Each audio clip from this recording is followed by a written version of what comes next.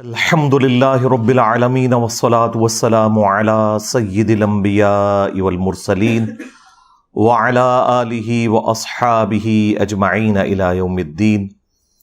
الحمدللہ آج 16 جولائی 2023 کو سنڈے کے دن ہمارا یہ پبلک سیشن نمبر 103 منعقد ہونے جا رہا ہے۔ آپ کے یہ ریئل ٹائم کوسچنز پرچیوں کی شکل میں میرے پاس آ چکے ہیں، انشاءاللہ انہیں ہم بعد میں ڈسکس کریں گے۔ پہلے ایک انٹرنیشنل افیئر کچھ عرصے سے آپ نے میڈیا میں اس کے حوالے سے کافی ساری خبریں سنی ہوں گی، لیکن میں نے جان بوجھ کے اسے نگلیکٹ کیا ہوا تھا۔ لیکن اس ایک مہینے میں کافی سارے لوگوں نے مجھے ای میلز کے ذریعے رابطہ کیا کہ آپ اس ٹاپک کو بھی تھوڑا بہت ایڈریس کریں، اسلامک رولنگز اس اعتبار سے ڈسکس کریں۔ جو 18 جون 2023 کو آلموسٹ ایک مہینہ پہلے ایک سبمرسیبل ٹائٹن کا ایک حادثہ ہوا تھا، جو ٹائٹینک بحری جہاز ڈوبا تھا 15 جولائی 1912 کو۔ اس کے ملبے کو، ڈیبریز کو دیکھنے کے لیے وہ لوگ گئے تھے ایک سیاحت کے طور پر۔ اس کے اعتبار سے اسلامک رولنگز کیا ہیں اس کو انشاءاللہ تعالی میں ڈسکس کروں گا۔ ٹائٹینک آپ کو پتہ ہے ایک اتنا بڑا بحری جہاز تھا کہ جس میں آلموسٹ 2 سے 2,500 لوگ بیٹھ سکتے تھے، اور جس شخص نے اسے ڈیزائن کیا اس کا یہ دعویٰ تھا کہ یہ کبھی ڈوبے گا نہیں۔ ظاہر ایک تکبر کا جملہ اس کی زبان سے نکلا، اور پریکٹیکلی پھر آپ نے دیکھا کہ وہ اپنے پہلے ہی سفر میں ڈوب گیا 1912 کے اندر، اٹلانٹک کے اندر، بحر اوقیانوس جسے ہم کہتے ہیں۔ اور اس کے اوپر 1997 میں ہالی ووڈ نے ایک فلم بھی بنائی تھی، وہ کافی زیادہ ہٹ ہوئی۔ وہ فلم ایگزیکٹلی اس طرح نہیں ہے، کچھ اس میں انہوں نے ظاہر ہے کہ ایسی چیزیں بھی داخل کی ہیں جس کی وجہ سے ذرا نوجوان نسل کا انٹرسٹ پیدا ہو جائے، ادروائز وہ جینوئنلی ایک چین تھی مسٹیکس کی جس کا اینڈ رزلٹ ٹائٹینک کے ڈوبنے پہ ہوا۔ اس کے حوالے سے مختلف آپ کو ویلاگز لوگوں کے مل جائیں گے، پھر میں وہ ریفر کروں گا دھروو راٹھی کو، جو ہمارے پڑوسی ملک انڈیا کے اندر ایک آپ سمجھ لیں ایجوکیشن کے پوائنٹ آف ویو سے بہت بڑی نعمت ہے۔ انہوں نے اس کے حوالے سے ایک تفصیلی ویڈیو بنائی ہے، وہ آپ دیکھیں۔ آلموسٹ 17 ملین لوگ وہ ویڈیو ان کی دیکھ چکے ہیں، فیکٹس اور فگرز کے ساتھ انہوں نے ساری چیزوں کو ڈسکس کیا۔ بہرحال یہ 1912 میں ٹائٹینک ڈوبا تھا، اور 1980s کے اندر نیشنل جغرافک چینل کے لوگ وہ اپنی ویڈیوز کے اعتبار سے ٹریولنگ کر رہے تھے اوشن میں، تو اسی ایکسپیڈیشن کے دوران انہوں نے اس کے ملبے کو دریافت کیا۔ اس کے بعد سے دنیا میں ایک ہلچل مچ گئی، اور بعض لوگ جن کے پاس پیسہ زیادہ ہوتا ہے ان کی یہ خواہش ہوتی ہے کہ ہم جا کے اسے فزیکلی دیکھیں، حالانکہ دیکھنا کیا تھا انہوں نے، وہ ملبہ ہی تھا۔ بہرحال ایک سلسلہ شروع ہوا، اور جو کیپٹلسٹ ہوتے ہیں وہ تو اس طرح کے مواقع کو غنیمت سمجھ کے اویل کرتے ہیں۔ پھر اس طرح کی کمپنیاں بھی بننا شروع ہو گئیں کہ جو لوگوں کو اس ملبے کی سیر کروائیں۔ اسی میں ایک کمپنی اوشن گیٹس کے نام سے، انہوں نے ایک ٹائٹین، یعنی وہ ٹائٹینک کی نسبت سے ہی، جس طرح آپ کی وہ قادری چشتیہ نسبتیں ہوتی ہیں نا، تو یہ قادری نسبت عبد القادر جیلانی کی وجہ سے قادری ہے نا، تو یار عبد القادر جیلانی کی وجہ سے اگر قادری ہو سکتا ہے تو ٹائٹینک کی وجہ سے ٹائٹین کیوں نہیں ہو سکتی؟ ٹھیک ہے، تو وہ ایک سبمرسیبل انہوں نے ڈیزائن کیا۔ اس میں میجورٹی پورشن انہوں نے کاربن فائبر کا بنایا ہوا تھا۔ یہ 3 ہی دھاتیں ہیں جو اس اعتبار سے زیادہ سٹریس کو برداشت کر سکتی ہیں، پریشر کو لے سکتی ہیں، سٹیل اور دوسری ٹائٹینیم۔ ٹائٹینیم تو بہت مہنگی دھات ہے، ہمارے یہ میزائل ٹیکنالوجی میں بھی وہ یوز ہوتی ہے، اور تیسری یہ کاربن فائبر۔ لیکن ابھی تک جتنے بھی یہ سبمرسیبلز بنائے گئے تھے یا سب میرینز، یہ دو الگ چیزیں ہیں. سب میرینز آبدوزیں وہ ہوتی ہیں جن کے اندر پورا سسٹم انجن اور سب کچھ لگا ہوتا ہے, ان کا پورا کنٹرول اس کے اندر ہوتا ہے اور وہ خود سے اندر جا سکتی ہیں اور باہر نکل سکتی ہیں. ظاہر ہے وہ پانی کے پوائنٹ آف ویو سے اس میں جب داخل کرتے ہیں اس کا وزن بڑھ جاتا ہے, وہ نیچے چلی جاتی. یہ جو انہوں نے ٹائٹین بنائی ہوئی تھی یہ سبمرسیبل تھی, یہ سب میرین نہیں تھی, یعنی اس کے اندر خود کوئی انجن وغیرہ نہیں تھا. یہ اوپر جو بحری جہاز انہوں نے ایک کھڑا کیا ہوا تھا اسی کے رحم و کرم کے اوپر تھی یہ. تو وہ انہوں نے کاربن فائبر سے بنائی تھی اور اس کے اتنے ٹیسٹ ابھی تک کامیاب نہیں ہوئے کہ اسے ایک ایوالو ڈیزائن کے طور پر مانا جائے. اسی لیے اس شخص کے اوپر پہلے کافی مقدمات بھی ہوئے تھے اس حوالے سے کہ یہ لوگوں کی لائف کو رسک پہ لگا رہا ہے. اور وہ بڑے فخری انداز میں, جس طرح ہمارے یہاں پہ ایک پرورٹڈ قسم کی مذہبی نیچر کے لوگ کہتے ہیں نا جی اللہ مالک ہے, اسے جب کہا جاتا تھا کہ بھائی یہ تم لوگوں کی لائف کو رسک پہ ڈال رہے ہو, تو وہ اس کا جواب اپنے انداز میں کہتا تھا کہ جی یہ بات ہے تو پھر کسی کو ڈرائیونگ کے لیے روڈ پہ نہیں آنا چاہیے, کسی کو ایروپلین کی سواری نہیں کرنی چاہیے, ہو سکتا ہے کریش ہو جائے. تو وہ آگے سے یہ جواب دیتا تھا, حالانکہ یہ بالکل الگ چیزیں ہیں. آپ ونس اپنے سارے کے سارے معاملات کو سیدھا کر لیں, اس کے بعد آپ اللہ پہ توکل کریں, لیکن یہ نہیں ہو سکتا کہ آپ صرف بسم اللہ پڑھ کے اور ساکٹ میں 2 انگلیاں دے دیں انشاءاللہ ضرور مریں گے. ٹھیک ہے, ہاں. جتنی دعائیں آپ دیکھیں احادیث کے اندر آئی ہیں نا, وہ 7 الفاظ ہیں ناگہانی آفت. جو آپ اپنے اوپر خود اپلائی کرتے ہیں نا, قدرت کا قانون وہ اپلائی ہو جائے گا. اگر کوئی شخص سخت سردیوں میں ننگے پاؤں زمین پہ چلے گا تو انشاءاللہ ضرور بیمار ہوگا, یہ ذہن میں رکھیے گا. جب آپ اپنے اوپر خود تقدیر کو غالب کرتے ہیں تو وہ پھر اپلائی ہو جاتی ہے. کوئی دعا پڑھ کے کوبرا سانپ کے منہ میں ہاتھ دے گا تو انشاءاللہ تعالیٰ نہیں بچے گا. یہ کہیں نہیں آیا کہ آپ نے جان بوجھ کے اپنے اوپر کوئی چیز اپلائی کرنی ہے. تو ناگہانی آفات کا ذکر ہوتا ہے اس طرح کی احادیث کے اندر, لہذا اس کا ٹرو سینس بھی آپ نے سمجھنا ہے. بہرحال وہ جو ہونا تھا وہ ہو گیا, جو اس کی خواہش تھی انورٹڈ کاماز کے اندر. یعنی اتنا بڑا ایک حادثہ ہوا, 5 لوگوں کی جان چلی گئی اس کے اندر, اور مرنے والے چونکہ امیر لوگ تھے اس لیے شور شرابہ بھی زیادہ ہوا.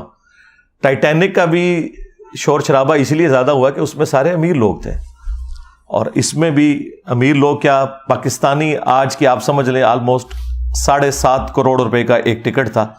وہ 15 کروڑ میں 2 ٹکٹ خریدے تھے ہمارے وہ جو پاکستانی جو 2 تھے بلینرز, انہوں نے, تو وہ بھی اس میں شہید ہو گئے.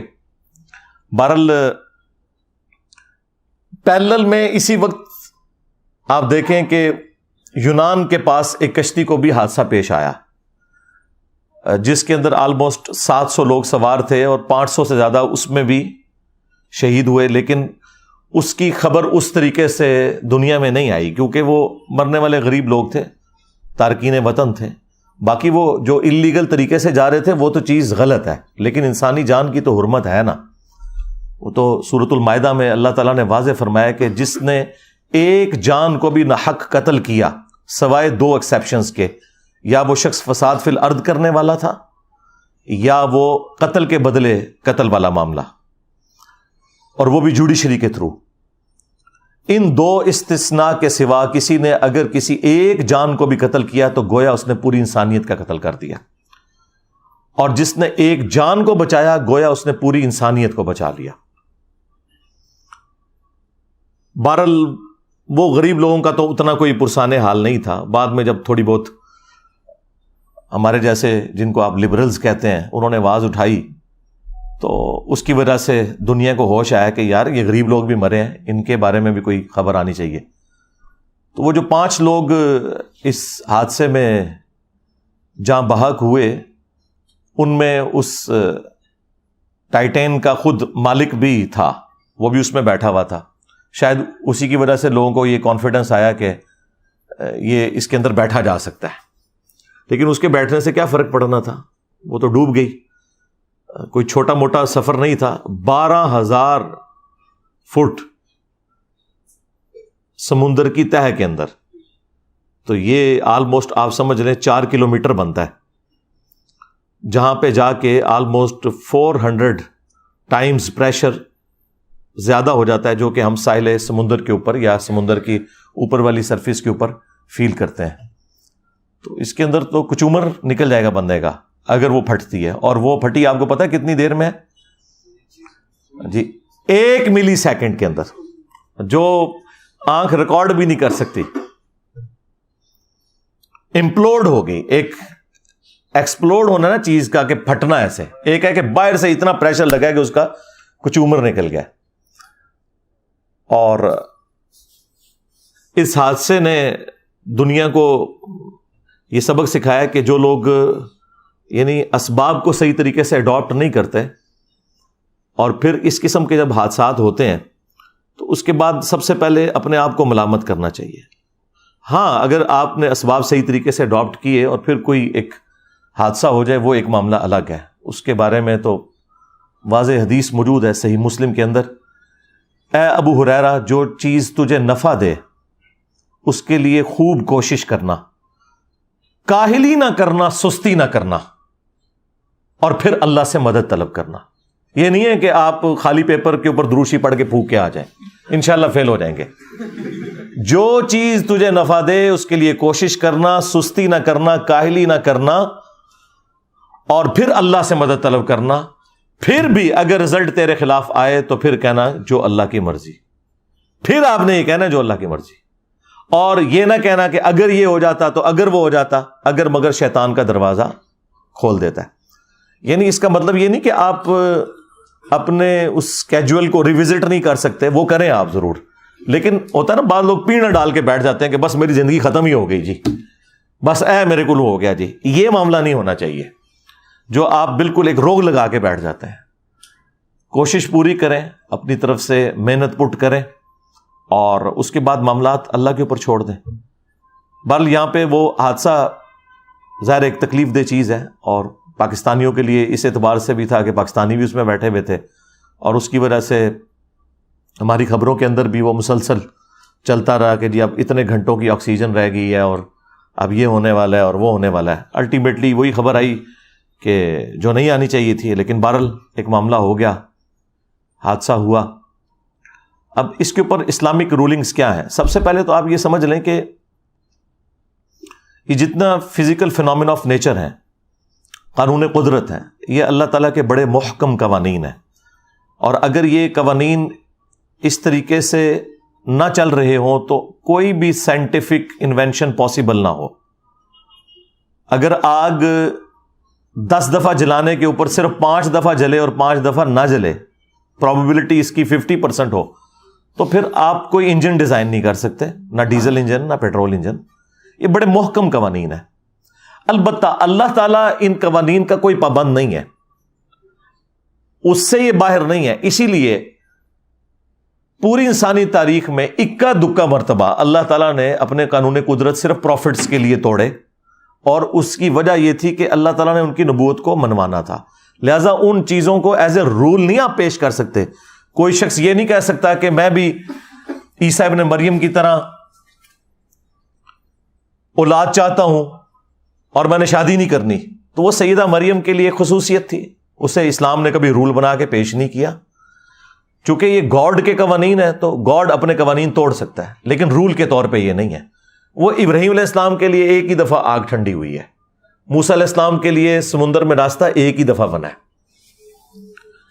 اس کے بعد تو مطلب یہ معاملات نہیں ہوئے ہیں, لوگ شہید ہی ہوئے ہیں. رومن امپائرز کی بیٹل فیلڈز کے اندر کئی صحابہ اکرام ہیں جنہیں تیل کے کڑاؤں میں زندہ جلایا گیا ہے, روسٹ ہو گئے ہیں, نہیں بچے. کتنے ہیں جو سمندر میں ڈوب کے غرق ہو گئے, نہیں بچے. تو یہ معاملات جنرل رول نہیں ہے. جنرل رول اللہ تعالیٰ کے جو ہے وہی فزیکل فینومینا آف نیچر ہے, اور وہ اسی طریقے سے چلتے ہیں, اور ان کے اوپر کسی کا زور نہیں ہے. وہ آپ نے تمام اسباب اڈاپٹ کرنے ہیں. دیکھیں اللہ تعالیٰ ان تمام چیزوں کو اپنی طرف منسوب کرتا ہے. وَلَهُ الْجَوَارِ الْمُنْشَآتُ فِي الْبَحْرِ كَالْأَعْلَامِ, اور اسی کے ہیں جہاز جو سمندروں میں تیر رہے ہیں پہاڑوں کی مانند. وہ اس وقت بڑے بڑے بادبان والے جہاز ہوا کرتے تھے, تو اللہ نے فرمایا یہ میرے ہیں جو کہ یہ تیر رہے ہیں, اور یہ اللہ کے حکم سے تیر رہے ہیں. یہ سارے کے سارے معاملات اللہ تعالیٰ اپنی طرف اس لیے منسوب کرتا ہے کہ فزیکل فینومینا آف نیچر جو ہے، جو قدرت کے قوانین ہیں، یہ اللہ تعالیٰ نے محکم بنایا ہے. اگر یہ چیزیں نہ ہوں تو کوئی بھی چیز پاسبل نہ ہو. وہ ہمارے ایک فزکس کے پروفیسر ہیں ہود بھائی، وہ کہتے ہیں میں جہاز میں بیٹھا ہوا تو ایک بندے سے میں نے پوچھا یہ جہاز کون اڑا رہا ہے؟ تو اس نے کہا اللہ اڑا رہا ہے. تو وہ کہنے لگے کہ دیکھیں لوگ ہر چیز کو اس طرح منسوخ کرتے ہیں، تو ایک پورشن تو اس کا درست ہے، اللہ ہی اڑا رہا ہے. آج بوئنسی ختم ہو جائے تو یہ ہوائی جہاز نہیں اڑ سکتے. ایئر پاکٹس، میں نے خود سفر کیا ہے، بعض اوقات ایئر فلائٹ کے دوران ایئر پاکٹس آتی ہیں اور سینکڑوں فٹ اچانک جہاز نیچے آ جاتا ہے کیونکہ نیچے ہوائی غائب ہوئی ہوتی ہے وہاں پہ. تو یہ فورس آف بوئنسی اللہ تعالیٰ نے رکھی ہے. سائنس جو ڈیل کرتی ہے نا وہ فزیکل فینومینا آف نیچر سے کرتی ہے. ہاں، اور یہ سائنس کی عاجزی ہے کہ وہ اس سے پیچھے نہیں جاتی. وہ آپ کو یہ بتائے گی کہ یہ جو زلزلہ آتا ہے یہ ٹیکٹونک پلیٹس کی ڈسٹربنس کی وجہ سے آتا ہے. اب ان سے یہ پوچھیں کہ یہ ایسا کیوں ہوتا ہے اور کس وقت میں ہوتا ہے، وہ کہتے ہیں it is physical phenomena of nature. اسی کے اندر تو قیامت مضمر ہے. یہ کون ڈیسائیڈ کرتا ہے؟ تو ہر فزیکل فینومینا کے پیچھے الٹیمیٹ ریزن گاڈ ہے.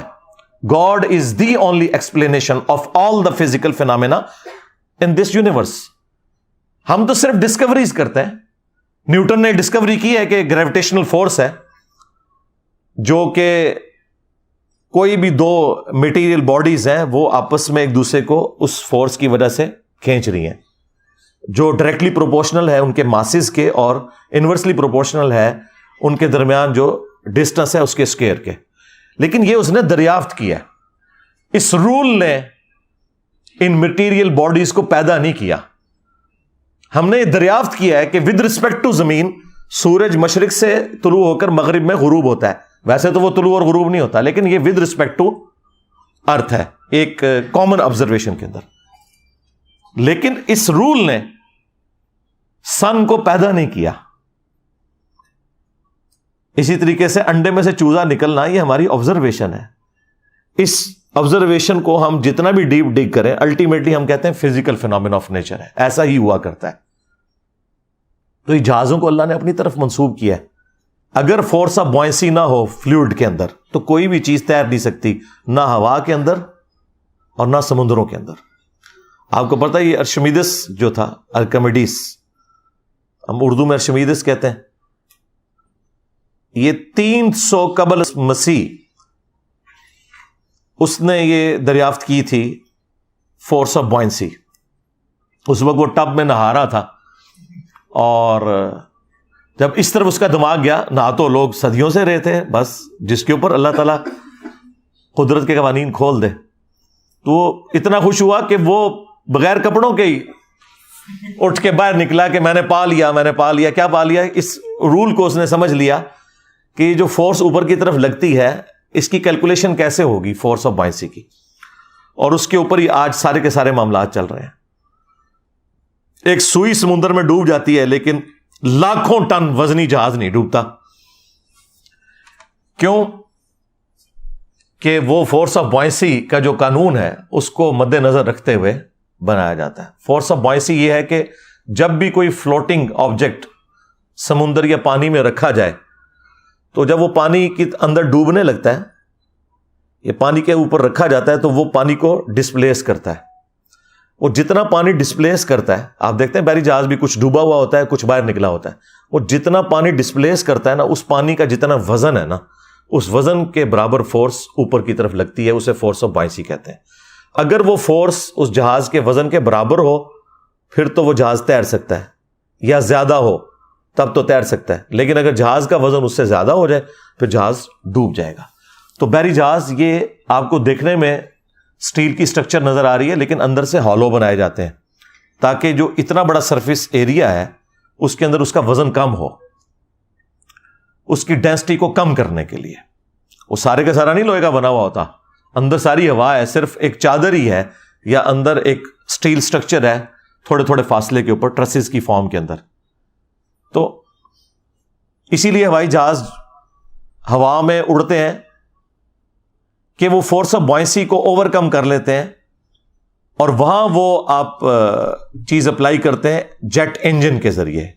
ظاہر ہے کہ وہ جہاز کو آپ جتنا بھی ہلکا بنائیں ہوا سے زیادہ ہلکا تو نہیں بنا سکتے، تو وہاں پہ پھر ہم انجن کو یوز کرتے ہیں تاکہ فورس آف بوائنسی جو ہے وہ پلس یہ سپورٹ کر سکے کہ وہ اڑ سکے۔ اور یہاں پر جو بحری جہاز ہیں ان کے اندر اس کی ڈیزائننگ ایسے کی جاتی ہے۔ البتہ جو سب میرینز ہیں جو ڈوب جاتی ہیں پانی کے اندر، ان کو وزنی بنایا جاتا ہے، اور وہ وزنی بنانے کے لیے ان کے اندر انہوں نے کمپارٹمنٹس رکھے ہوتے ہیں، پانی اندر سک کرتے ہیں پمپس کے ذریعے، اور اس کا وزن جو ہے وہ بڑھ جاتا ہے، یعنی اس کا وزن جو ہے فورس آف بائنسی سے زیادہ ہو جاتا ہے، اس لیے وہ اندر چلی جاتی ہے، اور جب باہر نکلنا ہوتا ہے وہ پمپس کے ذریعے پانی کو باہر نکالتے ہیں، وہ باہر آ جاتی ہے۔ تو یہ ایک اس کا بیسک پرنسپل ہے۔ بہرحال یہاں پر جو یہ سبمرسیبل تھی یہ باہر نہیں نکل سکی، اندر ہی سب کا کچومر نکل گیا، اور اس کے بعد پھر مختلف قسم کی گفتگو لوگوں میں ہونا شروع ہو گئی کہ کسی نے کہا یہ حرام موت مر گئے ہیں، کیا ضرورت تھی اتنا پیسہ خرچ کرنے کی، اور کسی نے کہا جی شہید ہو گئے ہیں۔ بہرحال یہ دونوں ایکسٹریم رویے ہیں۔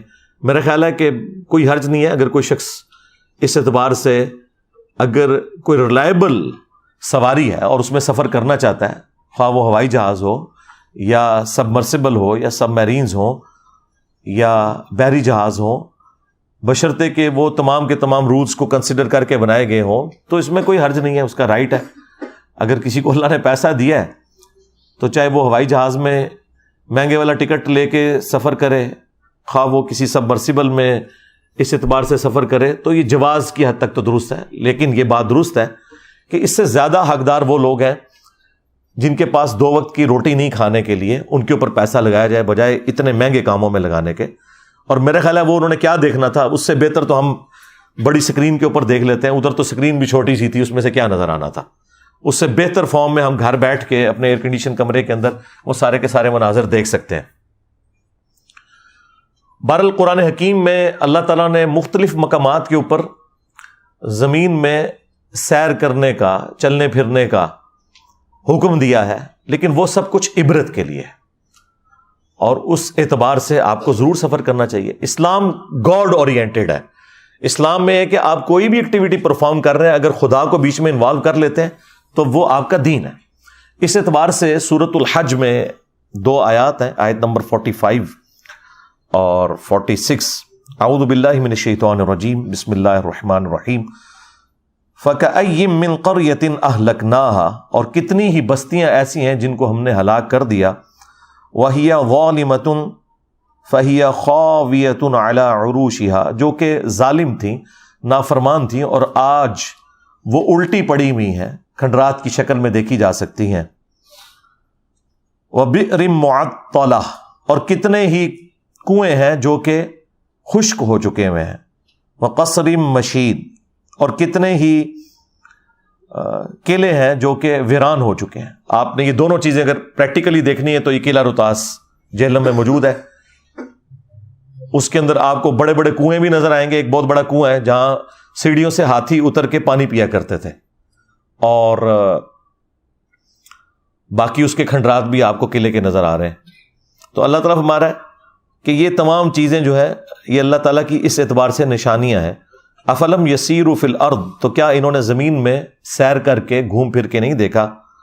فتکون لہم قلوب یعقلون بہا، تو کیوں نہ ایسا ہوا کہ ان کے دل ہوتے جس سے یہ سوچتے۔ اب انسٹرومنٹ آف انٹلیکٹ ہارٹ ہے یا برین، اس کے اوپر بھی میری ویڈیو ریکارڈ ہے، دونوں ہے، اور جو اس وقت لیٹسٹ اس اعتبار سے ڈسکوریز ہوئی ہیں میں نے ساری ڈسکس کی ہیں، گوروں کی ویڈیوز لگائی ہوئی ہیں اس میں، تو دونوں ہیں۔ وَآذَانٌ يَسْمَعُونَ بِهَا، یا ان کے کان ہوتے جس سے یہ سنتے۔ فَإِنَّهَا لَا تَعْمَى الْأَبْصَارُ، تو بے شک آنکھیں اندھی نہیں ہوتی، وَلَكِنْ تَعْمَى الْقُلُوبُ الَّتِي فِي الصُّدُورِ، بلکہ دل اندھے ہو جاتے ہیں جو سینوں میں ہے، اور دل سے مراد عقل، وہ سینے میں بھی ہو سکتی ہے، وہ دماغ میں بھی ہو سکتی ہے، دونوں چیزیں درست ہیں۔ تو اللہ تعالیٰ فرما رہا ہے کہ یہ عبرت حاصل کرو کہ موت کی تلوار تمہارے اوپر لٹک رہی ہے۔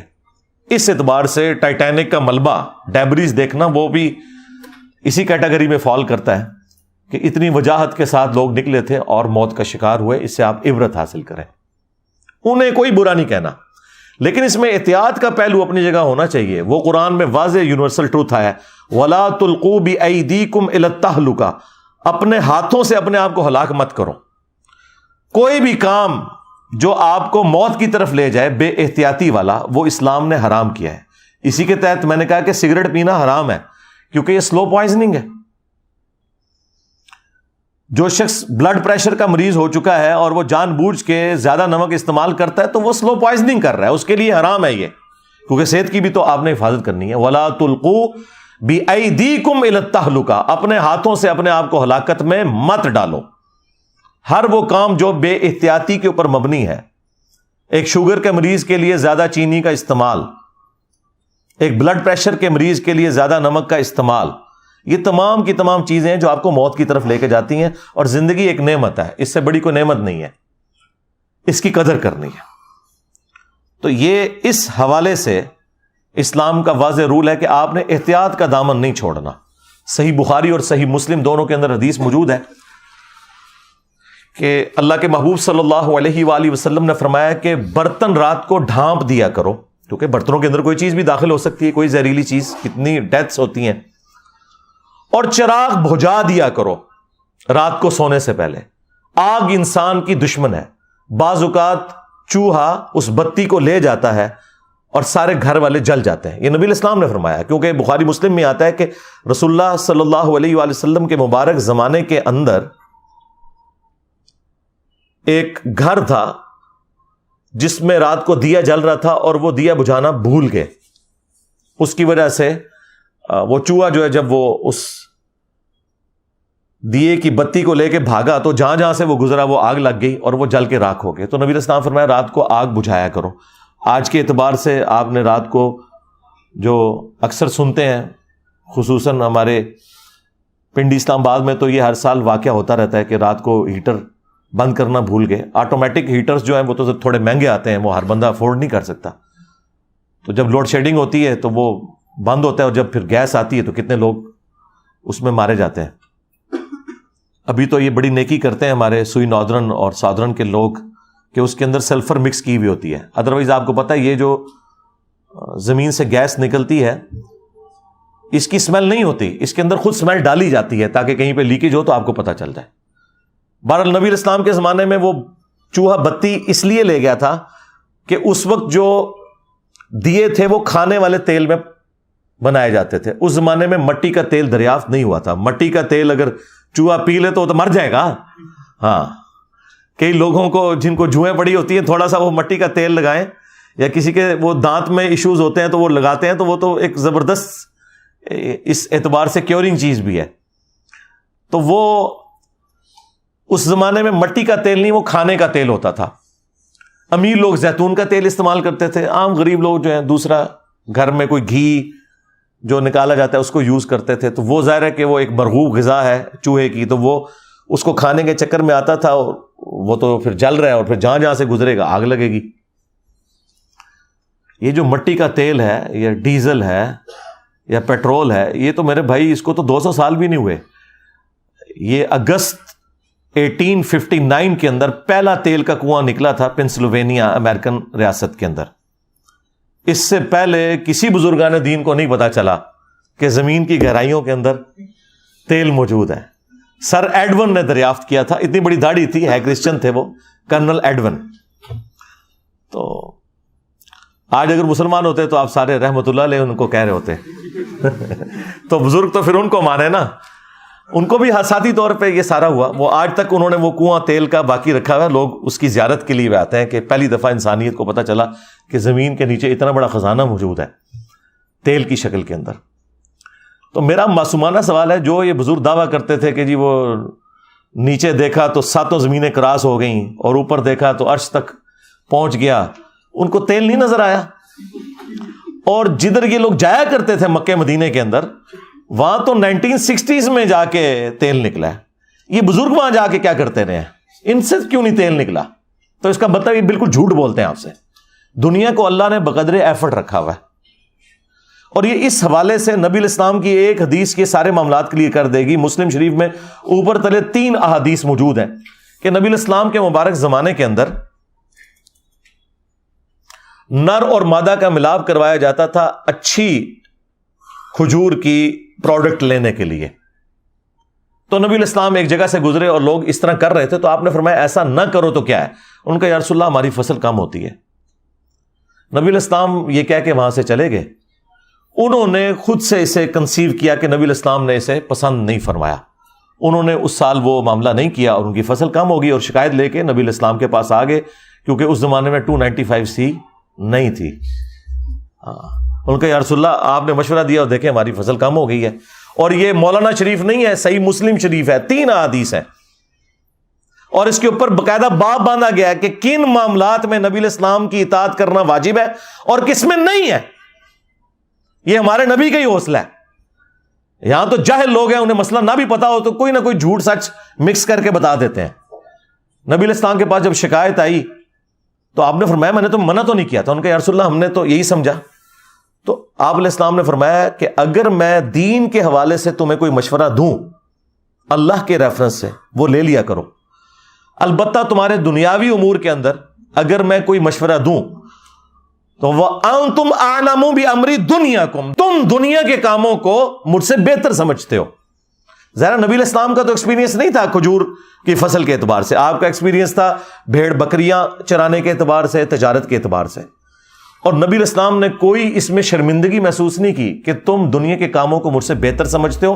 اگر میں دینی معاملے میں کوئی مشورہ دوں وہ لے لو, دنیا میں کوئی مشورہ دوں تو تم بہتر سمجھتے ہو, اگر وہ مشورہ درست ہو تو لے لو, ادروائز وہ میری رائے ہے. ٹھیک ہے. آج لوگ اعتراض کرتے ہیں کہ جی نبی علیہ السلام نے ایٹم بم بنانے کا طریقہ کیوں نہیں آپ کو بتایا؟ اس لیے کہ نبی علیہ السلام ہمارے ہدایت کے امام تھے, انہیں اللہ تعالیٰ نے اس فیلڈ کے لیے نہیں بھیجا ہوا تھا. قرآن بھی کوئی سائنس کی کتاب نہیں, سائنس کی کتاب ہے. فزیکل فینومینا آف نیچر جو ایک کامن آبزرویشن کے اندر ہے, باقی اتنی ڈیٹیلز تو بتانے کی ضرورت نہیں ہے, وہ انسانیت نے وقت کے ساتھ خود لرن کرنی ہے. جب اللہ نے آپ کو برین دے دیا ہے تو کریٹر آف برین جو ہے اس نے اتنی بڑی دولت آپ کو دے دی ہے کہ اس کے بعد کوئی اور ذریعہ نہیں ہے جس کو آپ کہیں کہ یہ سب سے بڑا ذریعہ ہو سکتا ہے خدا تک پہنچنے کا. دماغ بہت بڑا ذریعہ. اللہ نے انسان کو وقت کے ساتھ یہ ایوولوشن کرائی ہے, ترقی کروائی ہے. بہرحال نبی علیہ السلام نے کہا کہ میں اگر دنیا کے اعتبار سے کوئی مشورہ دوں تو تم بہتر سمجھتے ہو اپنے کاموں کو. تو یہاں پہ نبی صلی اللہ علیہ وآلہ وسلم نے یہ مشورہ دیا کہ رات کو دیے بجھا دیا کرو. اسی طریقے سے ابو داؤد میں ایک حدیث ہے کہ جو شخص ایسی چھت پر سوئے کہ جس کی مڈیر نہ ہو تو اس کا ذمہ پھر اٹھ گیا, یعنی پھر وہ اس کی ذمہ داری اپنے اوپر ہے. اگر وہ نیند میں چلتے ہوئے یا غلطی سے نیچے گر جاتا ہے, مر جاتا ہے, تو کوئی لینا دینا نہیں, اس نے جان بوجھ کے لیے اپنے لیے ایک موت کا گڑھا کھودا ہے. آپ کو پتا ہے آج سے تقریباً 10-12 سال پہلے مفتی اعظم سعودیہ نے باقاعدہ فتویٰ دیا تھا کہ جو شخص اوور سپیڈنگ کی وجہ سے مر جائے تو گورنمنٹ نے کوئی اس کی بلڈ منی نہیں ادا کرنی, کیونکہ اس نے خودکشی کی ہے. ظاہر ہے بھی یہ چیزیں ڈیزائن ہوئی ہوئی ہیں نا, آپ ان لمٹس کو کراس کرتے ہیں تو اس کا یہ مطلب نہیں ہے کہ اگر آپ 2 دفعہ بچ گئے تو تیسری دفعہ بھی بچ جائیں گے, یہ ضروری تو نہیں ہے. تو اپنی وہ ساری احتیاطیں لے کے چلنی ہیں. تو نبی علیہ السلام کا یہ فرمانا کہ جو بغیر منڈیر کے چھت پہ سوئے اس سے ذمہ اٹھ گیا, اب وہ خود ذمہ دار ہے اپنے معاملات کا. مطلب یہ ہے کہ آپ نے پوری احتیاط کر کے چلنا ہے. ہاں پوری احتیاط کی, اس کے بعد کوئی کیٹاسٹرافک کنڈیشن آ گئی تو ٹھیک ہے, وہ اللہ تعالیٰ کی طرف سے کسی شخص کا دنیا سے ایگزٹ ویسے ہی لکھا ہوا تھا. کسی نے شیر کے منہ میں جانا ہے, کسی نے ایئر کریش کے ذریعے مرنا ہے, کسی نے ہارٹ فیلئر سے مرنا ہے, کسی نے کڈنی فیلئر سے مرنا ہے, کسی نے روڈ ایکسیڈنٹ میں مرنا ہے. تو بہرحال اس طرح جو لوگ مر جاتے ہیں حادثاتی طور پر اسلام کی روح سے تو وہ شہداء ہیں. بخاری اور مسلم دونوں میں حدیث موجود ہے کہ نبی صلی اللہ علیہ وآلہ وسلم نے فرمایا 5 قسم کے لوگ شہید ہیں. نمبر 1 طاعون کے مرض میں, یعنی کوئی بھی یہ جو وبائی امراض ہیں ان میں اس وقت ایک سمبل کے طور پر طاعون تھا. نمبر 2 پیٹ درد سے کوئی مر جائے. نمبر 3 پانی میں ڈوب کے مر جائے. نمبر 4 کسی دیوار کے نیچے دب کے مر جائے, یعنی زلزلے میں جس طرح لوگ مر جاتے ہیں. اور نمبر 5 جو اللہ کی راہ میں لڑتا ہوا مارا جائے. یہ سب کے سب لوگ اللہ کے حضور شہید ہیں. اور ابو داؤد اور سنن نسائی میں ایک اور حدیث موجود ہے, اس میں نبی علیہ السلام نے فرمایا جو آگ میں جل کے مر جائے وہ بھی شہید ہے, جو جسم کے اندر کسی پھوڑے کے نکلنے پر مر جائے، جس طرح کینسر وغیرہ، وہ بھی شہید ہے، اور جو عورت پریگنینسی کے دوران یا ڈلیوری کے دوران فوت ہو جاتی ہے وہ بھی اللہ کے حضور شہید لکھی جائے گی۔ تو اس اعتبار سے ایک شہید والا معاملہ ہے، وہ اپنی جگہ ہے، لیکن جان بوجھ کے ایسے معاملات کرنا، اپنے آپ کو ہلاکت میں ڈالنا کہ وہ خودکشی کے زمرے میں آ جائے، تو وہ تو بڑا ایک سخت معاملہ ہے اسلام میں۔ بخاری مسلم میں حدیث موجود ہے، نبی علیہ السلام نے فرمایا کہ جو شخص جان بوجھ کے خودکشی کرتا ہے، سوئیسائڈ کرتا ہے، کوئی شخص، پھر نبی علیہ السلام نے اسے ایکسپلین کیا، کوئی شخص تیز دھار کا آلہ اپنے پیٹ میں مارے یا زہر پی لے یا اپنے آپ کو بلندی سے گرا لے، تو جس طریقے سے وہ اپنے آپ کو موت کا شکار کرے گا، جہنم میں یہی عذاب اس کے اوپر مسلط کیا جائے گا، وہ بار بار اپنے آپ کو اسی طریقے سے تکلیف دیتا رہے گا، والعیاذ باللہ تعالی۔ حتیٰ کہ صحیح مسلم میں آیا کہ ایک خودکشی والے کا جنازہ لایا گیا تو نبی علیہ السلام نے کہا کہ میں اس کا جنازہ نہیں پڑھوں گا۔ آپ صلی اللہ علیہ وآلہ وسلم خودکشی والے کا جنازہ نہیں پڑھتے تھے، لیکن چونکہ مسلمان ہے تو جنازہ ہوگا، وہ کافر نہیں ہے، لیکن جو ڈومیننٹ پرسنالٹیز ہیں انہیں پروٹیسٹ کے طور پر ایسے لوگوں کا جنازہ نہیں پڑھنا چاہیے تاکہ ڈسکریج ہو وہ سارا کا سارا معاملہ۔ ہمارے جیلم شہر میں آج سے آلموسٹ 14 سال پہلے میرے ایک اسٹوڈنٹ تھے، آلموسٹ 15-16 سال اس کی عمر تھی، اس نے حفظ کیا ہوا تھا، دعوت اسلامی کے وہ مدرسے میں پڑھتا تھا، تو نیا نیا میرے درس میں آنا شروع ہوا، پھر اس کے ساتھ کوئی ایسے معاملات ہوئے تو اس نے وہ تیزاب پی کے نا وہ خودکشی کر لی۔ جیلم کی تاریخ کا سب سے بڑا جنازہ ہوا تھا، لیکن میں نے جنازہ نہیں پڑھا، حالانکہ وہ اسٹوڈنٹ تھا۔ میں نے کہا میں نے نہیں جانا، اس کی وجہ یہ ہے کہ اس سے تو یہ چیز پھر پروموٹ ہوگی۔ خودکشی والے کا جنازہ نبی صلی اللہ علیہ وآلہ وسلم نے نہیں پڑھا، البتہ صحابہ کرام نے ضرور پڑھا، ظاہر مسلمان ہے، اسے دفنانا ہے، اور اگر اللہ چاہے تو اس کی مغفرت بھی کرے۔ وہ مسلم شریف میں ایک حدیث موجود ہے، ایک صحابی تھے سابقون الاولون میں سے، ہجرت مدینہ انہوں نے کی ہوئی تھی، تو انہیں کوئی بیماری ایسی لگ گئی کہ انہوں نے پھر خودکشی کر لی، اپنی ہاتھ کی رگیں کاٹ لیں۔ اسی دوران وہ جب مر گئے تو کچھ عرصے بعد ایک دوسرے صحابی تھے، انہوں نے انہیں خواب میں دیکھا، اور خواب میں دیکھا کہ ان کی حالت تو ٹھیک ہے لیکن وہ ہاتھ انہوں نے کپڑے سے باندھا ہوا ہے اور چھپایا ہوا ہے۔ تو وہ کہتے ہیں میں نے اسے پوچھا تمہارے ساتھ کیا معاملہ ہوا؟ انہوں نے کہا اللہ نے مجھے بخش دیا ہجرت کی وجہ سے، نبی علیہ السلام کے ساتھی ہونے کی وجہ سے، البتہ یہ میرا ہاتھ جو ہے نا یہ اللہ نے ٹھیک نہیں کیا، کیونکہ اللہ نے فرمایا یہ تم نے خود خراب کیا تھا۔ تو یعنی بخشنے کے باوجود یہ معاملہ چل رہا ہے۔ پھر نبی علیہ السلام نے ان کے لیے دعا کی کہ اے اللہ اس کے ہاتھ کو بھی درست کرتے، تو حضور کی دعا کا چلے کوئی حصہ مل گیا۔ ادروائز اس سے یہ بھی پتہ چلا کہ نبی علیہ السلام نے خودکشی والے کے لیے دعا کی ہے مغفرت کی، اس میں کوئی حرج نہیں ہے، دعا کی جا سکتی ہے، لیکن یہ عمل ایسا ہے کہ اسے ڈسکریج کرنا چاہیے، اس کو پروموٹ نہیں کرنا چاہیے، اور جو کوئی اس قسم کی ایکٹیویٹیز پرفارم کرتے ہیں ان کی ان ایکٹیویٹیز کو اس اعتبار سے ڈسکریج کرنا چاہیے تاکہ مستقبل میں کوئی اور اس طرح کی ایکٹیویٹی پرفارم نہ کرے خودکشی کرنے والی۔ میں نے ہر اینگل سے اسے اس حوالے سے ڈسکس کیا تاکہ جو ایکسٹریم رویے ہیں وہ اپنی جگہ سیٹل ہو جائیں۔ بعض لوگ جو ہیں وہ اسی شہادت کی کیٹیگری میں فال کروا رہے ہیں کہ جی پانی میں ڈوب کے مر گئے ہیں، اور بعض لوگ کہہ رہے ہیں نہیں انہوں نے خودکشی کر لی ہے، انہوں نے جان بوجھ کے ایسا معاملہ کیا ہے۔ بعض لوگ کہہ رہے ہیں کہ جی وہ فضول خرچی والا ایک ایلیمنٹ بیچ میں آ گیا۔ یہ ساری چیزیں اپنی جگہ درست ہیں، لیکن اگر کسی شخص کے پاس حلال کا مال ہے اور وہ اپنے اوپر خرچ کرنا چاہتا ہے تو اس کے اوپر کوئی ممانعت نہیں ہے۔ البتہ ایسا نہیں ہونا چاہیے کہ کوئی ایسا راستہ اڈاپٹ کرے کہ اس کی وجہ سے وہ موت کے منہ میں چلا جائے جان بوجھ کے۔ ہاں اگر احتیاط پوری کی ہوئی ہے تو ٹھیک ہے، کوئی حرج نہیں، اس کے بعد اگر کوئی شخص اس طرح کے حادثے کا شکار ہوتا ہے تو کوئی ایسا معاملہ نہیں ہے، لیکن اپنی طرف سے احتیاط پوری ہونی چاہیے۔ تو یہ میں نے ایک ادھار تھی گفتگو، میں نے اس وقت اس لیے نہیں کی کہ میں کوئی اس کو اتنی انٹرسٹ کی چیز سمجھ نہیں رہا تھا، کیونکہ ظاہر ہے ڈسکشن بھی اتنی ہو رہی تھی میڈیا کے اندر، لوگوں کو سمجھ آ رہی تھی کہ یہ کیا ہوا، لیکن اس کا یہ والا جو ایک پہلو تھا اسلام کے پوائنٹ آف ویو سے کیا اوپینین ہونا چاہیے اس قسم کی سیاحت کا، اور خدا نخواستہ اس دوران کوئی مارا جائے۔ اسی طریقے سے لوگ جو ہے یہ کوپہمائی والا معاملہ بھی کرتے ہیں، کوئی حرج نہیں ہے لیکن گریجولی کریں۔ اب یہ کوئی بہادری نہیں ہے کہ بغیر آکسیجن کے جی اتنے میں نے بلندی پہ چلا گیا ہوں، یعنی اپنی احتیاط تو ساری کی ساری کرنی ہے. ہماری انجینئرنگ کی فیلڈ کے اندر بھی یعنی میں تو کسی کو اس طرح کام کرتے ہوئے دیکھوں تو میں اسے ڈانٹتا ہوں. کوئی گرائنڈر چلا رہا ہے اور اس نے چشمہ نہیں لگایا ہوا, ٹھیک ہے, اسی طریقے سے ماسک نہیں پہنا ہوا, تو یہ آپ انہیل کر رہے ہوتے ہیں ہر چیز, اور بعض اوقات پھر آپ کو پتا ہے کوئی اتنی سی چھوٹی سی ایک ڈیبری ٹوٹ کے کسی مٹیریل کی آنکھ میں جا کے لگتی ہے, بینائی ضائع ہو جاتی ہے, تو اس سے پہلے آپ وہ احتیاط کیوں نہیں کرتے؟